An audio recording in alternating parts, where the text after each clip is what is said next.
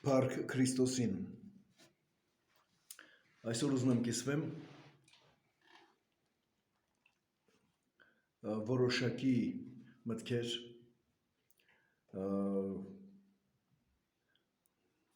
այսպես կոչված վերջաբանության մասին, վախճանաբանության, էսխատոլոգիա հասկացողությունը։ Եվ որպես հիմք պիտի վերցնեմ Պետրոս Արաքյալի ընթանական թուղթը, դա երրորդ գլուխն է երկրորդ թղթի Պետրոսի, կարդում եմ 7-րդ խոսքից. А нынешняя небеса и земля, содержимые тем же словом, сберегаются огню на день суда и погибели нечестивых человеков. Իսկ այս ժամանակակից մեկվա երկիրը եւ երկինքը պահվում է դատաստանի օրվա համար, անորեն մարդկանց կորուստի համար, այդ օրվա համար, օր, որը մարդկություն սպասում է այդ օրվան, անկախ նրանից մարդիկ ուզում են թե չեն ուզում, անկախ նրանից ինչպիսի իրադրություն եւ ինչպիսի սպասում կա, ասենք այդ հարցի մեջ, դա գոյություն ունի եւ մենք դրա հետ պետք է գործ ունենանք, ու մենք չենք կարողանա դրա հետ գործ չունենանք։ Եվ եւս մի համար եմ ուզում կարդամ, դա 10-րդ խոսքն է, նույն գլխի, ուրեմն երկրորդ թուղթ Պետրոսի, երրորդ գլուխ, 10-րդ խոսք, կարդանք այսպես. Придет же день Господень, как тать ночью, կգա Տերոջը օրը ինչպես գողը գիշերով. И тогда небеса шумом пройдут, եւ այդ ժամանակ երկինքները, այն չտակսկիր է, չի ասում երկինք, ասում է երկինքները մեծ շառաչունով կանցնեն, шарачун. Стихии же, растворившись, разрушатся. Стихии, разгоревшись, разрушатся. Земля и все дела на ней сгорят. Այլ թարգմանության մեջ գրված է երկրի տարերը բարվելով պիտի տարալուծվեն։ Եթե այս խոսքին այսպես նայենք, սա միջուկային զենքի պայթունի նման է։ Այսինքն միջուկի տրոհումը, համաձայն ֆիզիկայի օրենքի միջուկի տրոհումը։ Եվ ասենք այստեղ մենք պետք է հասկանանք, որ կատարվում է մի խոսք, որը այսօր շատ մեծ հավանականություն եւ կներեք ինձ ժամանակակից ղեկավարությանը շատ մեծ հավակնություն ունի։ Երբ որ իրանց ուժը սպառվի, երբ որ իրանք իրանց դիվային ցանկությանը չհասնեն, նրանք պիտի օգտագործեն այդ զենքը։ Չգիտեմ, ով ոնց է պատկերացնում այս իրավիճակը, բայց մենակ դուք պատկերացրեք, որ երկինքները մեծ ոռնոցով անցնում են, շում։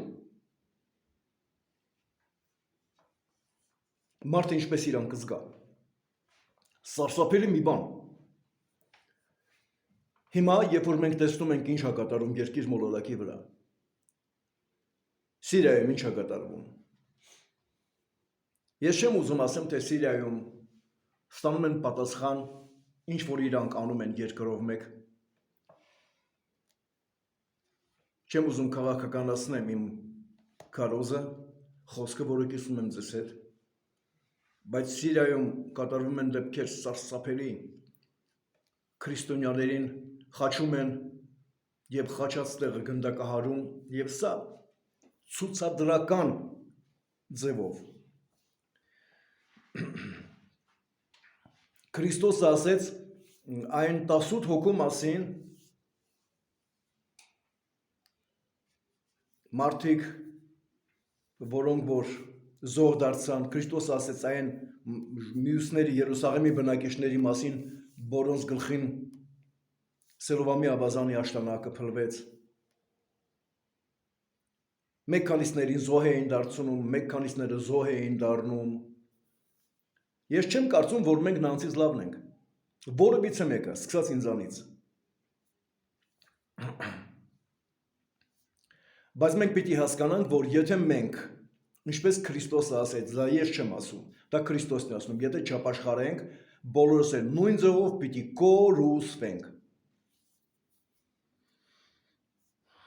Եվ գրված է, որ Տերոջ օրը պիտի գա գողի պես, ինչպես է գալիս գողը, ինչպես է նա գալիս է գաղտնի, հնարավորին չափով առանց շշուկի, հնարավորին չափով ձայն չհանելու, բայց երբ որ այդ օրը գա,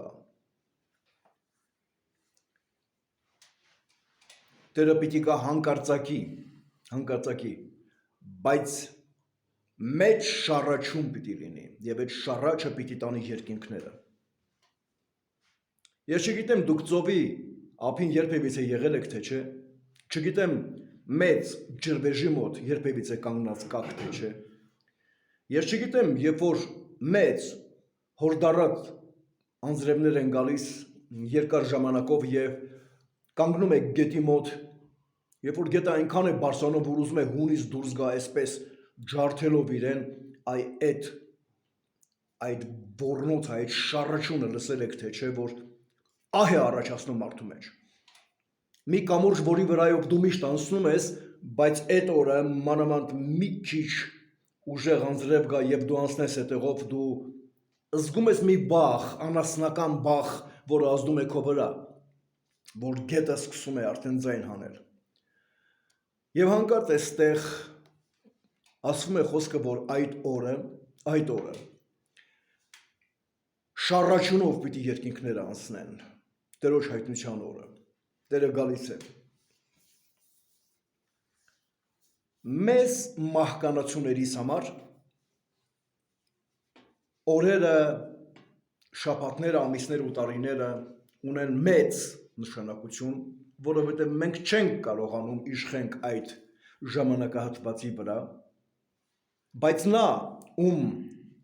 տիրապետության տակ գտնվում է ժամանակահատվածը, նրա համար օրը, շաբաթը, ամիսը ու տարին ոչինչ է։ Եվ ինչպես գրված է, որ մեկ օրը 1000 տարվա պես է և 1000 տարին մեկ օրվա պես։ Մեզ տրված է շանս և հնարավորություն փրկագործվելու։ Եվ ավելի վատ բան ասեմ, բարեկամ, մեզ ոչ միայն տրված է հնարավորություն փրկագործվելու, այլև փրկագործելու։ Երբ որ դու կանգնես դատաստանի առաջ, և քեզ տրվի հարց, ինչ ես արել քո կյանքի մեջ, ինչպես վարվեցիր իմ փրկության շնորհած ժամանակահատվածի հետ, և դրանից հետո, երբ որ դու լռես ու չպատասխանես, չգտնես պատասխան քո երկյուղացված վիճակից, քեզ կտրվի երկրորդ հարցը. քանի հոգի ես բերել փրկության։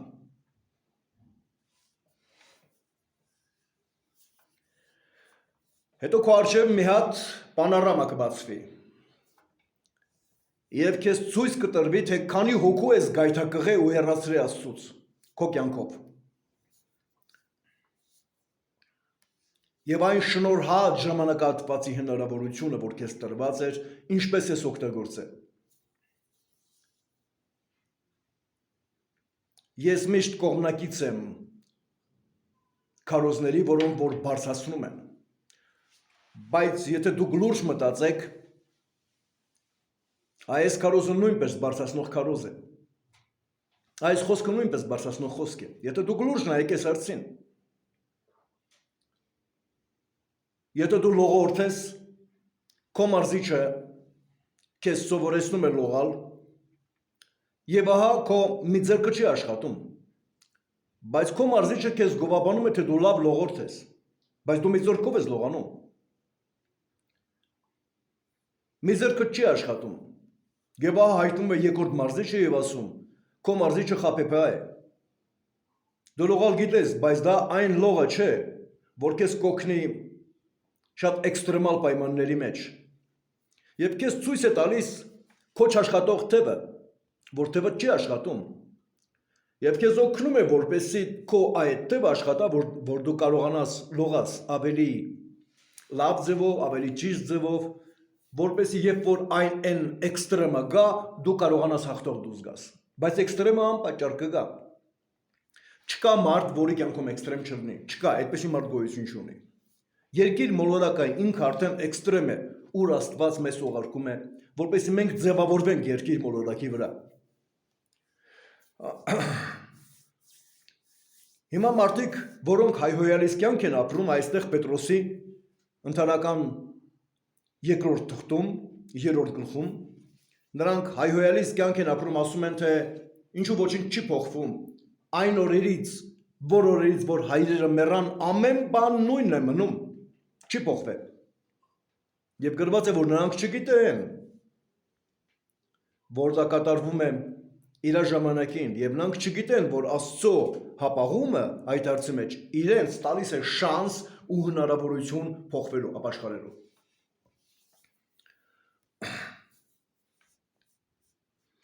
Չգիտեմ, շատ տեղեր մարդիկ ինչու են հավաքվում։ Հավաքվում են, որպեսզի իրանք Աստծո խոսք խոսեն, կիսվեն միասին, ուժեղանան միասին, հոգևոր աշխարհի մեջ։ Եվ հաճելի է գտնվել նման հասարակության մեջ, բայց երբ որ գտնվում ես նման հասարակության մեջ, մեկ էլ տեսնում ես, որ բացի Աստվածաշունչը, բացի Աստծո խոսքը, ամեն բան արծարծվում է այդտեղ։ Մարդկային արժեքներ, մարդկային հարաբերություններ, գործ, առողջություն, ընտանեկան հարաբերություններ, ամեն ինչի մասին խոսվում է։ Բացի կենդանի ներկայությունը Աստծո, բացի կենդանի ներգործությունը Աստծո, որ է միայն եւ միայն Հիսուս Քրիստոսը եւ Հիսուս Քրիստոսով։ Նախախնամությունը Աստծո այնպիսին է, որ Աստված նախասահմանեց, որ ես ու դու Քրիստոսի կերպարին կերպարանակից լինենք։ Այլ ճանապարհ չկա։ Կոմպրոմիս գոյություն չունի։ Այստեղ են ասում ռադիկալ մոտեցում հարցին։ Առանց զիջման, փող զիջում չկա։ Կոնկրետ պետք է լինի հարցը։ Մանուկին մանկական վերաբերմունք, պատանուն պատանեկան վերաբերմունք, երիտասարդին երիտասարդական վերաբերմունք, հայրերին հայրական վերաբերմունք, ծերերին ծերի վերաբերմունք։ Հոգևոր աշխարհի մեջ վերջի վերջո Տերը մեզ ծերությունից ստանում է վերջնական հասակի, դա է Քրիստոսի նման հասակը։ Ինչքան կարելի է մնալ մանուկ, ինչքան կարելի է մնալ պատանի, ինչքան կարելի է մնալ երիտասարդ։ Ինձ հարց են տալիս, ասում են, որ տարիքն է, որ կուզենայի լիներ։ Ես բացատրում եմ, որ իմ այս տարիքը, որը ես ունեմ, շատ եմ հավանում եւ շատ եմ սիրում։ Եվ ես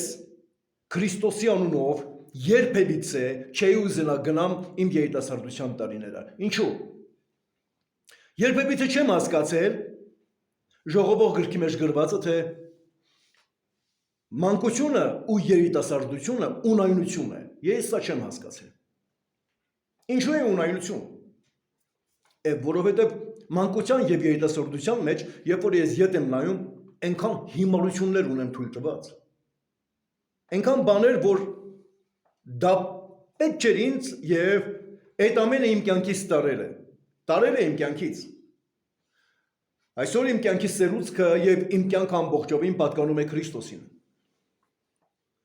Եվ ես երջանիկ եմ դրանով։ Եվ հոգով, եւ շնչով միտքս, եւ մարմնով, իմ ֆիզիկական ամբողջ նյութական աշխարհս։ Ու շնորհակալ եմ Աստծո այդ հաղթանակի համար, որ ինքը ինձ տվել է։ Ես հանկարծ չեմ ուզում որևիցե մեկը մտածի, որ ես խոսում եմ այն ձեռքբերումների մասին, որը ես ինքս ձեռք եմ բերել։ Ես ոչինչ եմ ու ոչնչություն, որպեսզի կարողանայի ինքս ինչ-որ մի ձեռքբերում ունենայի։ Սա Քրիստոսի բերած շնորհն է, միայն նրա շնորհը, ուրիշ ոչինչ, որին ես հոգով, մտքով, կներեք ինձ եւ մարմնով տվել եմ իմ այոն, իմ համաձայնությունը, որ ես համաձայն եմ այդ ճանապարհով գնամ, որ ես ընտրում եմ այդ ճանապարհը, հենց իրեն։ Դրա համար է Քրիստոս ասում, ես եմ ճանապարհը։ Հիմա ոչ ոք գարանտ չունի, որ երկրորդ Սիրիան չի գա Հայաստան։ Գիտեք ինչն է բադ։ Սիրիան ոչնչանում է ոչ թե դրսից, այլ ներսից։ Գիտեք որն է դա։ Սիրիացիներին սպանում են սիրիացիները, բռնաբարում են սիրիացիներին սիրիացիները, հարստահարում են սիրիացիներին սիրիացիները, պատճառաբանություն բռնելով, որ ռեժիմներին դեմ են։ Ինչ ռեժիմ, եղբայրասպան պատերազմի մեջ, որն է այդ ռեժիմը։ Նույն բանը պիտի կատարվի Ադրբեջանում։ Եվ Աստված ոչ անի, որ նույն բանը կատարվի այստեղ Հայաստանում, որ հայերը սկսեն հայերին սպանել, բռնաբարել ու թալանել։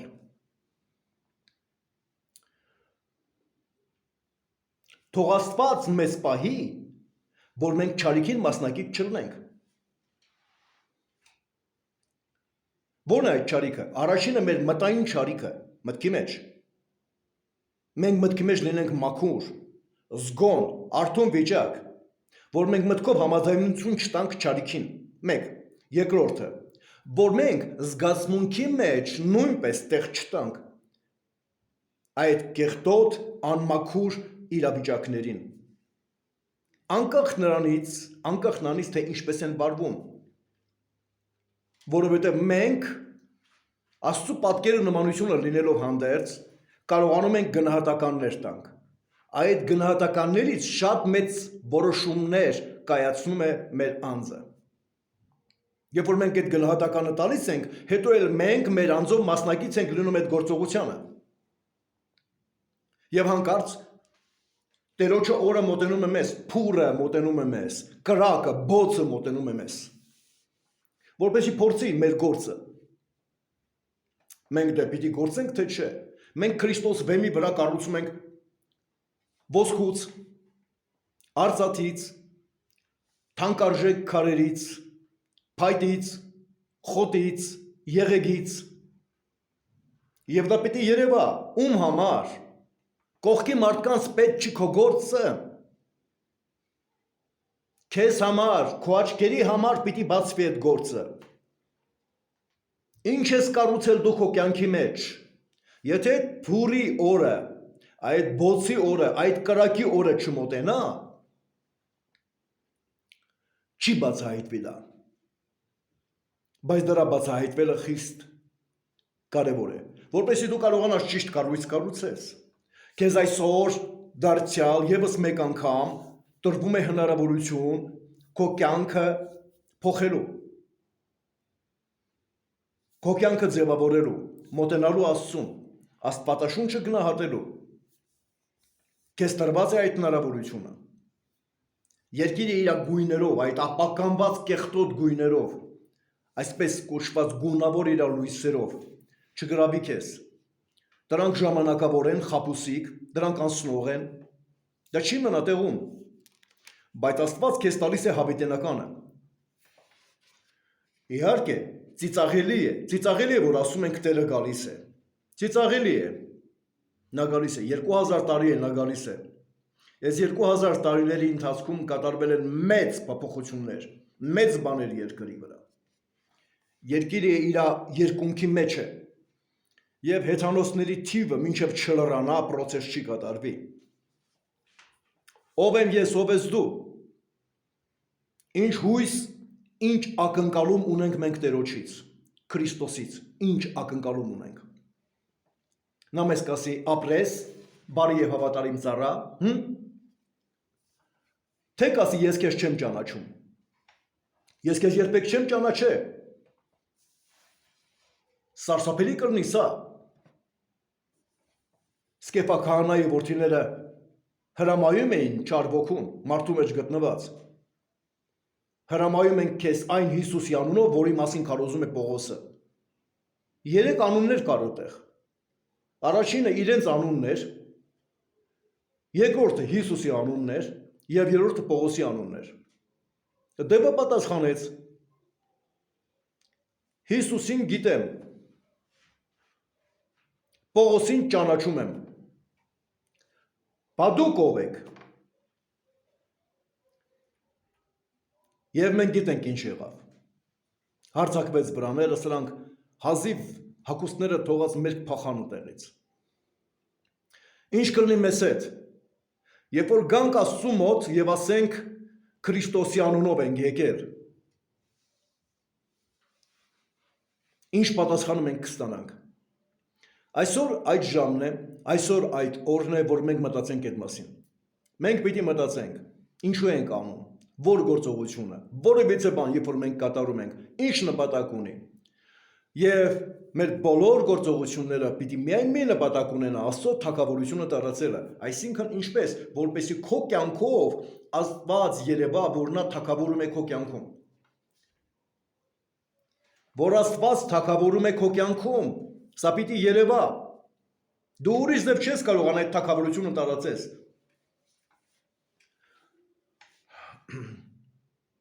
Աստծո թագավորությունը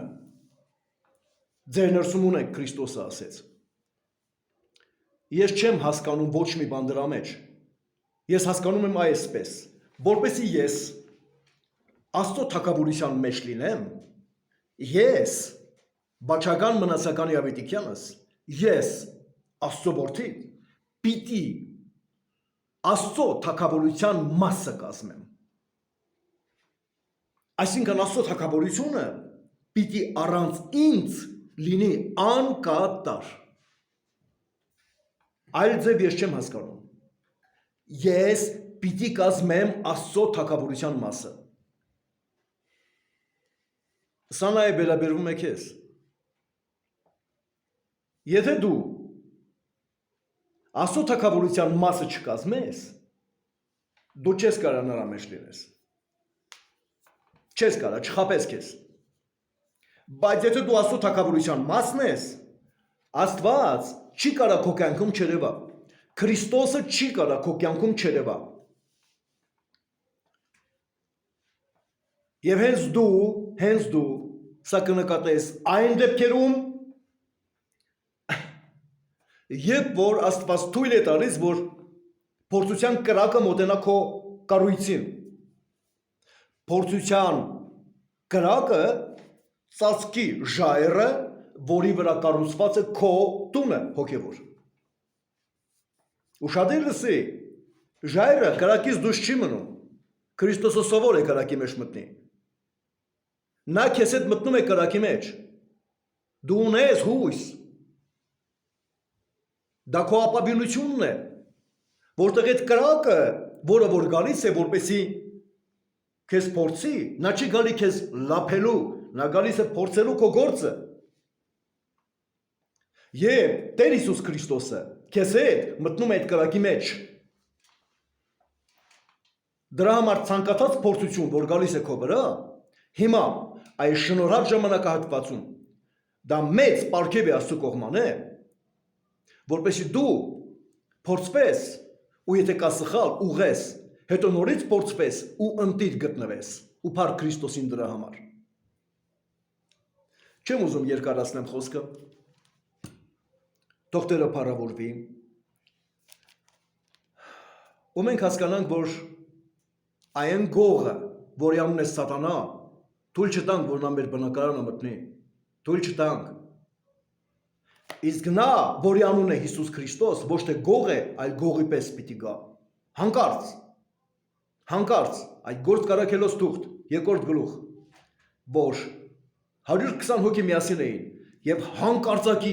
հանկարծակի մեծ ձայն լսվեցավ,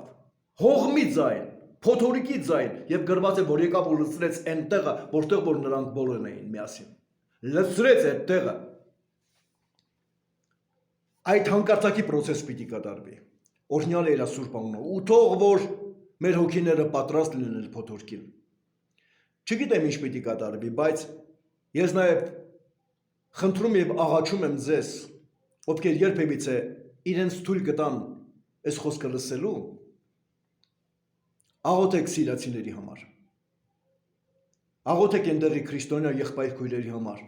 Աղոթեք անպաշտպան երեխեքի համար, անպաշտպան մարդկանց համար։ Աղոթեք, չուրախանաք, չմտածեք, հայ ժողովուրդ, չմտածեք, այսպես թե սիրացիների բարձկանները եկան մեր հայերին սպանելով փող էին աշխատում։ Դրամա այդ բանը իրանց գլխին եկավ։ Այսպես չմտածեք, աղոթեք սիրացիների փրկության համար։ Եվ սքանչելի Աստվածը ձեզ Աստվածային իր թագը կտա։ Աղոթեք սիրացիների համար։ Աղոթեք նաև ադրբեջանցիների համար, աղոթեք իրանց համար։ Մեկ մտածի նրանց կորուստի մասին, աղոթեք թուրքերի համար, աղոթեք։ Եվ Աստված հայ ժողովուրդը պիտի բարձրացնի։ Աստված պիտի բարձրացնի հայ ժողովուրդը։ Առանց Աստծո հայ ժողովուրդը չի կարա բարձրանա։ Ես շնորհակալ եմ Աստծուց, որ ծնված եմ հայ։ Բայց իմ հայ ազգը, իմ հայ ժողովուրդը թող հոգևոր բարձր մակարդակ ունենա ու նայի Աստծո հայացքով այդ հարցերին, Աստծո հայացքով, Աստծո դիրքից, նրա տեսանկյունից նայի այդ հարցերին ու չվախենա ոչ մի բանից։ Քեզ ոչ կարողացել են ոչնչացնել, ոչ էլ կարող են ոչնչացնել։ Դու Աստծուց կանչված ես ունես կոմիսիան, հայ ժողովուրդ, եւ դու դա պիտի տանես առաջ։ Քրիստոսի Սուրբ արյան հովանին ու պաշտպանությունը հռչակում եմ հայ ժողովրդի վրա ու իրանց ընտանիքների վրա, թող Տերը հայ ժողովրդի հայացքը դարձնի դեպի իրեն եւ ինքը դառնա դեպի հայ ժողովուրդը Քրիստոս Հիսուսի անունով, ամեն։ Խաղաղություն քո տանը, ամեն։